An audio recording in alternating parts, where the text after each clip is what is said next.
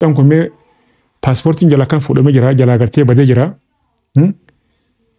Amma gartee maatii maallaqa dila kana gartee jalaa fuudhee biraa fuudhee kana mi'a akkam ta'a? Assalaamu alaikum warahmatullahi wabarakatuh. Warti fiyaa hundi keessan bakkuma jirtanitti nageenya rabbi isin bira galatu.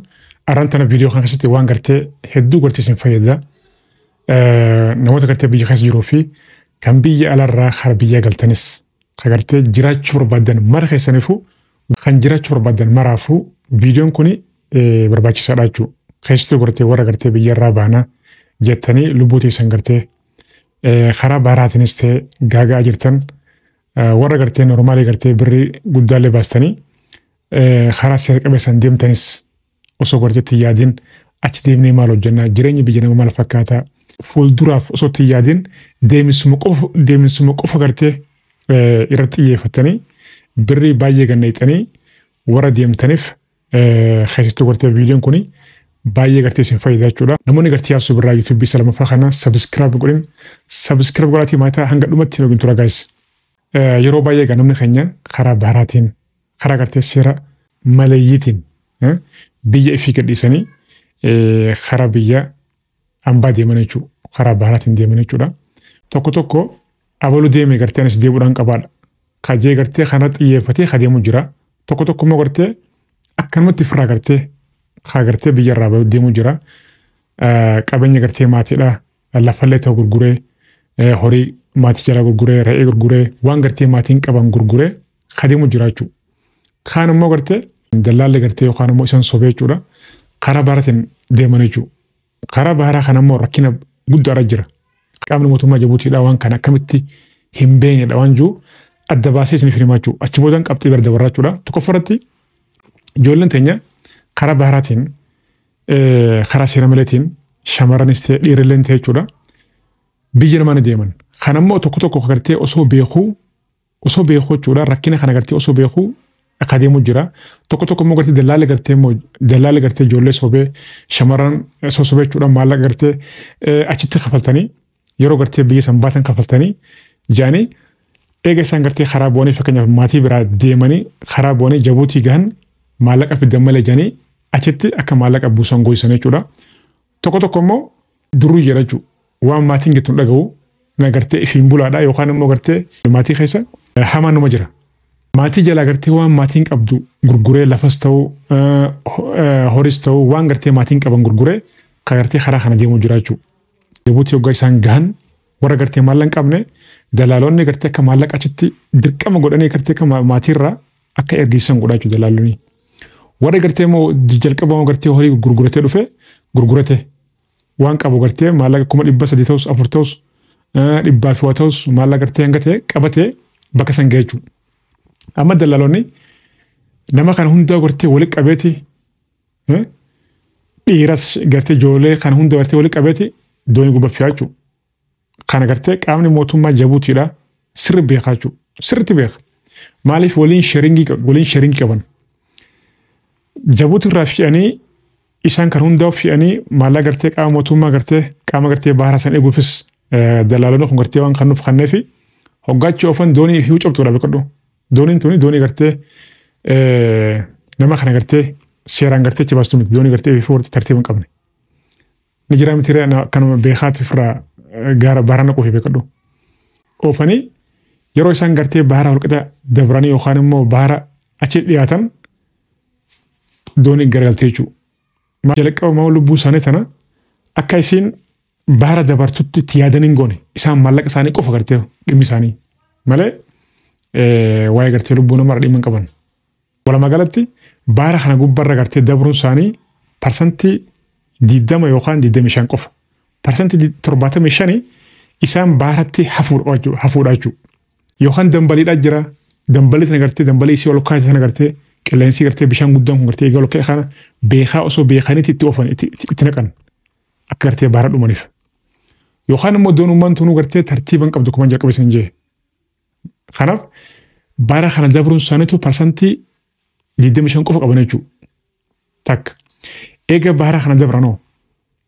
Eega baara kana dabranii karaa daangaa yaman eega seenanoo. Achi booda hawaalaa jira. Abdul Qawwii Jaamoo maal jira. biyya karaa kana Saharaa badaadhaa jira, beelaa jira, rakkina guddaa jiraachuu lolaa jira mas. Karaan gartee Yaman kuni waggaa meeqa karaa gartee waggaa meeqa lola deemaa jiru. Akkasumaan immoo Yaman irraa gartee amma Suudii seenuun kunu rakkina laafuu miti. Jiraachuu parsantiin gartee jiraachuudha yoo guddattee gartee bahara dabranuu jechuudha. Parsantii 5 yoo gahe guddaadha. Yoo ummanni gartee walmagalatti gartee warra Itoophiyaadha kuni karaa kana gubbatti wal ijaaranii kaan hashiisha gurguraa, hashiisha oofaa, meeshaa hidhatanii guruppitti gartee wal qoodanii wal eeggatanii jechuudha. Kuni yoo shamarra taate yoo lubbuutti ilaali. Hangam takka gartee akkaati lubbuu hin ta'etti gartee ifi taphatu jechuudha. Sin dabarsan. Yoo shamarra taate yoo lubbuun tantee gartee karaa kana geesse jechuudha. Saaraa kana keessa garteechi bishaan baaraatti dabartee kadeemu yoo shamarra taate si fayyadama jechuudha. Kadeemu si fayyadama. Feetu jiraan, feetu gartee dhukkubsatu, feetu wanni ta'e parsantiin jiraachuu keetii 0dha jechuudha. Maallaqa kee baastee lubbuutti halaaktee karaa kana keessatti immoo wanni si qunnamu waan laafu miti jechuudha. Daangaa keessattuu gartee daangaa Saa'udiitii fi Yaman jidduu baay'ee ulfaataadha jechuudha. Mootummaan Saa'udiidhaa gartee kaameeraa zabanaa gartee kaameeraa ammayyaa kana qopheessee nama gartee daangaa seenu akka durutti gartee fiiganii qabuun hin jiru. Xiyitumaan dhaa jechuudha. Xiyitumaan dhaa. Lep godhaa jechuudha. Tokko kana. Ijoolleen teenya immoo karaa kana gartee waliin dabarsitu. Ijoollee teenya jiraame warri gartee Itoophiyaa kun walmagalatti Tigireen kophaa ol jaartee jirti. Gandaan. Ijoolleen Oromoo taan asiin gandummaadhaan ganda wal jaartee taan akkasitti wal jaartee jirti jechuudha. Taan Walloon, taan Maaliin, taan Harargeen, taan Arsiin, taan Maaliin maquma hunbeenurra. Wal jaaranii akkana wal eeggatanii jechuudha. Duuba ati karaa kana osoo beektuu lubbuu ta'e wanni halaakutuuf maaliif? Wanni gartee lubbuu ta'e halaakutuuf maaliif obboleessi? Ati hoo gartee ilmaan miskiinaa jechuudha. Sossobdee gartee karaa kanatti ooftu obboleessa kiyya. Maallaa gartee isaan irraa walitti qabatu kana nyaachuudhaan teessu. Osoo gartee irraa nyaanne yoo xiqqaate waan muraasa irraa nyaatta. Lubbuun teetu baddee jechuudha. Ta'e tokkotti. Maalleen gartee barakas hin qabu. Wanni gartee lubbuu teessan gartee halaaktaniif maaliif hin jaannu? Tokko kana. Waan kana gartee yeroo dhibba irra deemanii dubbana jira. Karaa kana dhiisaa ta'a jennee dubbana jira jechuudha. Karaan kun walmagalatti sirrii miti. Takka. Karaan kun baay'ee ulfaataadha. Lubbuu teessan hin laakina uummata keenya. Namni gartee viidiyoo kana dhaggeeffatan shira walii godhaa. Karaan kun baay'ee ulfaataadha. Takka. Maallaa gartee furmaata waan kanaati. Namni gartee jiruu fedhu bakkuma fedhatu gartee jiramuu danda'a jechuudha. Bakka fedhatti maaliif ibidda azaabaa keessa hin taane namni gartee jijjiiramuudhaaf kaayyoo qabu. Ani kaayyoon qaba ani jijjiiramuun fedhaa namni jiru bakka fedhatti jiramuu danda'a. Bishaan baharaa kana dabartee yookaan nama gartee Ameerikaa jiraatee waggaa 20-30 achi jiraatee takka nama kadhatee jiraatu jira jechuudha. Achi ilaali. Ameerikaa waggaa 30 jiraatee nama gartee nama kadhatee homeless ta'ee gartee nama kadhatee jiraatu jira. Duuba jijjiiramoo jechuun ati gartee akkamittiin jijjiiramaadha. Jalqaba gartee qopheessuudha malee lubbuu ta'e halaaktee baharatti gartee lubbuu ta'e if gartee yookaan immoo harka namatti gartee lubbuu ta'eef galaafattee yookaan immoo ifii gartee ifa jeeftee ta'uun qabu jechuudha. Mee haa jennu nama rabbiin godhee fi gartee parsantii 100 yookaan takka yookaan 2-3 karabbiin godhee fi baara dabarsee Saaraa gartee Saa'udiitii fi Yaman kan hundi dabarsee rabbiin gartee Suudii san galchee maal dalaga? Wanni inni dalagu maalimee? Re'ee tiisa, gaala eegaa, lafa qotaa, shintibee xaragaa, kana massa'a, kana xaragaa jechuudha. Kana xaragaa, kana jechuun wanni inni dalagu hin jiru bara. Ciisa nyaatu bara. Yoo gartee bubbulee booda shamarran nama keenya gartee irraa waa sobee jechuudha. Irraa waa nyaata malee dalagaan kan achi hin jiru. Duuba ati dalagaa tamii fi jireenya kan kee balleessuudhaaf maallaqa maatii keetii horii gartee maatii keetii lafa jala horii gartee maatii keetii gurgurtee lafa maatii keetii gurgurtee ani waan kana karraa if qusattanii isin jaachuu maaliif yeroo dhibba gartee isinitti himna jirra hin dhageessanii kadha gollee na jira garuu dara nama gartee shaafaa jirtan jechuudha amma dheengadda nama 100 fi 40 dhume bishaan obaaraa kanatti jechuudha bakka takkatti kanaaf maallaa gartee achitti hin deemtu sanii biyya keessanitti jechuudha ganda keessanitti yoo wal gurmeessitanii jechuudha yoo gartee wal gurmeessitanii lukkuu bittanii lukkuu yoo horsiiftan yoo gartee re'ee bittanii yoo gartee re'ee horsiiftan yoo horii bittanii gartee horii horsiiftan maaliif baara kana achi baatanillee yoo rabbiin gartee carraa isinii godhee gartee achi baatanillee wanni isin dalaydan re'ee uummata naa barra yookaan lukkuu tana yookaan immoo gaaluma jechuudha yookaan lafa qonna kabira hin jiru kanaaf biyya keessanitti ganda keessanitti yoo hojii akkanaa obsan waggaa 1 2 3 dalagannaan ati waggaa 4ffaa makiinaan deemtaa barra waan gartee gaafii hin qabne jechuudha makiinaan deemta makiina uffatta biyya keessatti obsan dalagatte jechuudha saniif lubbuu teessan hin galaafatina biyya keessanitti re'ee bitaatii re'ee horsiifadhaa lukkuu bitaatii lukkuu horsiifadhaa yoo gartee guruuppiidhaanis dhuunfattillee ta'u yoo 100,000 gartee baastee achiin deemurra ganda keessatti jechuudha re'ee abbaa 10 bittee horsiiftee hoolaa bittee horsiiftee waggaa 2-3 akkasiin jirtu barra abbaa qabeenya guddaadha jechuudha saniif waan kana itti yaada bilaash lubbuu teessan gartee hin alaakina mootummaan ammaan tana duraan gartee paaspoortii baafachuun yookaan immoo gartee biyyarraa gartee deemuun baay'ee ulfaataadha ammaan tana mootummaan karaa seera qabeessa waa hundaa gartee ifa bilisa godhee paaspoortiin yeroo barbaadde paaspoortii barachuu dandeessa jechuudha paaspoortii guyyaa 2 jira kan guyyaa 5 jira noormaalaa jira birrii qabaannaan karaan bana karaan seera qabeessaa bana deemuu dandeessa birrii qabaannaan wannummaan karaa seera qabeessa gartee si dhorkee baara si oofu maali takka tanaa jechuudha karaa seera qabeessaanoo wanni ati deemtuuf maali ishi karaa seera qabeessaa yoo gartee 300 400 500 yoo baaste maallaqa dilaa baastu kana ati maaliif baaste achi deemtee maallaqa kana deebisuu dandeessaa fakkeenyaaf Dubaay deemtee Dubaay 300 400 500 maybe gartee 400 waa baaste Dubaay dhayxayyee wanni dalaydu immoo dhagaa guuruu maal cabsuu kana haya 400 waa baaste kana biyyatee keessatti teessee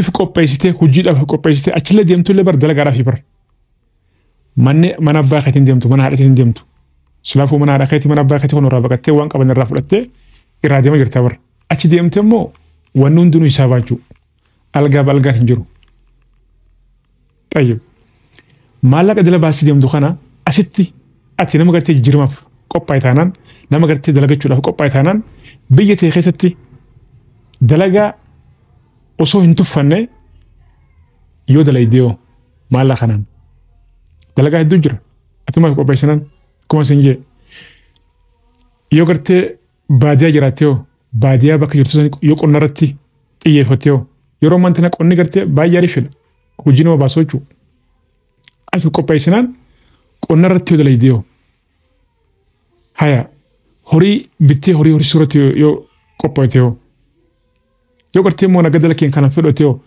xayyib naannoo magaalaatti siixee maaliin dalaguu qaba jettee qopheessitee waan dalaydu san gartee dabaafattee 400 yookaan 500 qartee qopheessanii 300 gartee seeftiidhaaf ol kaa'attee 200 hojii eegaltaa jechuudha yoo hojiin sun gartee kan si baaste yoo si hin baasne immoo ni qabda maallaqa biraa korsaa kan gartee ittiin dandamatu jechuudha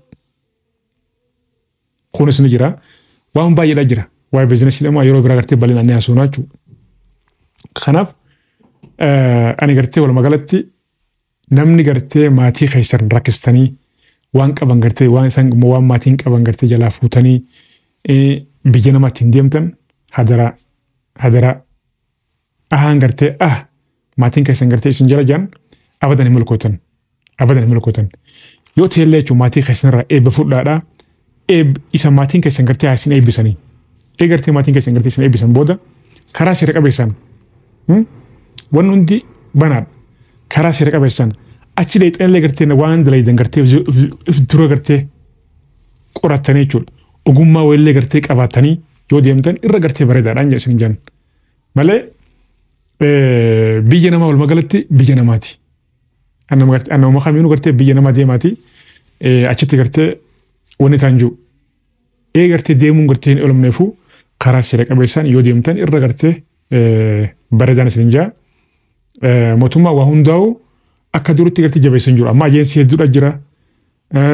Yoo gartee dhuunfa deemuufatis fiiree fiizaan ni jira, Dubaay ni jira, Saawudiin ni jira, deemuu barbaadan Qatar ni jira. Garuu achi deemtee maal dalayde? Hojii dalayde hoo taakkami? Yoon achi dhaqee haalleen gartee yeroo silaafuu yeroo gabaabatti namni jijjiiramu hin jiru, shoortiweeyin gartee hin jiru, maaliin dalagaa akkamittiin gartee maallaqaan maatii jalaa fuudhee deema kana gartee deeffachuu hundaa deebisuu hundaa kana sammuu keessa galfattee deemuu qabdaa jechuudha. Guyyaa sadii afur dura namni wayina bilbilee paaspoortiidhaa fi dokumentii guutuu jechuudha. Tikeeta wajjin taaksirratti baasarratti irraanfadhee naan jee na bilbilee. Akkamitti irraanfatte? Bakkuma teenyutti kursii teenyurratti akkanatti fuudhee ifmadii kaa'ee achuma dhiisee buunee naan jee. Amma gurbaan kuni bararaan isaa jechuudha borumtiidha jechuudha. Ishi taaksii kana isa qabatanii jiran taaksiin kun gartee yoo bakka inni irraa ka'umsa mana shawaa beete mana shaa inni irraa keessan ka'umsa gartee inni irraa keessan manaaraa inni irraa keessanii yoo piyaasaa naannoo piyaasaa ta'e piyaasaa bakka inni irraa ka'e achi dheeteetti dhaabbattee achitti eeggataa jechuudha. Warra gartee kaaree warra gartee nama fiisu kana isaanitti himtee akkanattiin dokumentii gartee irraan fudhatee isaan bira dheetee baasa saa kanarratti deemurratti dhiisettanii bakka san dhaabbattee eeggatta. Yoo naannoo booleeti naannoo booleedha. Yoo qaallatti yoo maganaanya akkasii dhaabbattee deemtee akkasitti hordoftaa jechuudha. Bakka irraa ka'umsaa dheetee maaliif yeroo gartee fi'atee yoo piyaasarraa kan gartee boolee fi'utee boolee yeroo achitti gartee irraa gafe yeroo irraa buuse amma saaraa fi'ateeti piyaasa deebi'aa jechuudha. Saniifuchi dhaabbattee eeggata. Yoo bakka isaa hin beekne hoo hin beektu jechuudha. Ammaan tana ijoolleen tuni baasa kana isuma gartee karaa deemu jiru noormaali gartee fakkeenyaaf isuma karaa deemu jiru qabatan. Irra bahanii naannuma gartee boolerraa zoorsee achumatti kalas ifraa buuse jechuudha. Tokkuma ijoollee finneeti asuma dalagaa. Walumaa galatti gurbaan salaamaan tana borumtii baruudhaaf paaspoortiin isaatii fi dokumentiin tikeenni guutuun jala bade kuni maatii jalaa yoo xiqqaate 400,000 fi waa baasee jira jechuudha. Harkaa fuudhee jira. Amma gaanii ni rifadha jechuudha. Gartee badee jira. Amma gartee maatii maallaqa dila kana gartee jalaa fuudhee biraa fuudhee kana mi akkam ta'a? Chilaalame. Baay'ee ulfaataadha jechuudha. Almuhim gartee ani gama kiyyaan gartee waan hin gargaaru hin gargaare kana gartee waan hin gartee isin haasee fi akka gartee irraa barumsa fudhataniif jechuudha.